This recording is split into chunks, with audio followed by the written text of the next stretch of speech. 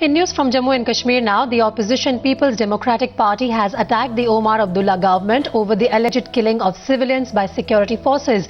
PDP chief Mehbooba Mufti was also stopped from visiting the troubled district on Wednesday. In fact, questioning whether Omar Abdullah has completely lost control of the state, the PDP is now demanding that the state government register an FIR against CRPF men for those killings.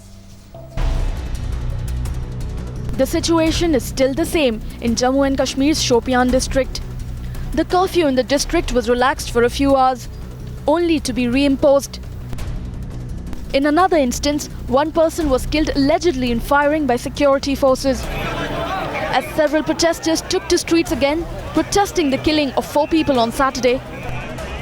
Another civilian falls to CRPF bullets in Shopian, and still not a single word coming in from the Omar Abdullah government. It is this surprising silence of the government that has forced the people of Shopian to come on the streets day after day since Saturday, the day when 4 people were killed in similar circumstances.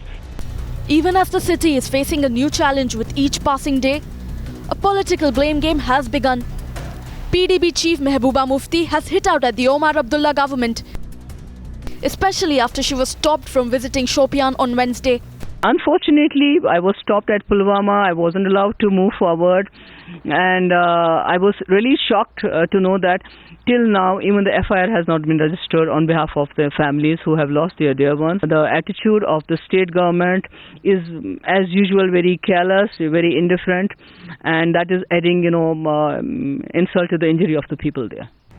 With the situation on the ground still tense, is it not high time that Omar Abdullah government takes stock of the situation? Bureau Report, Times Now.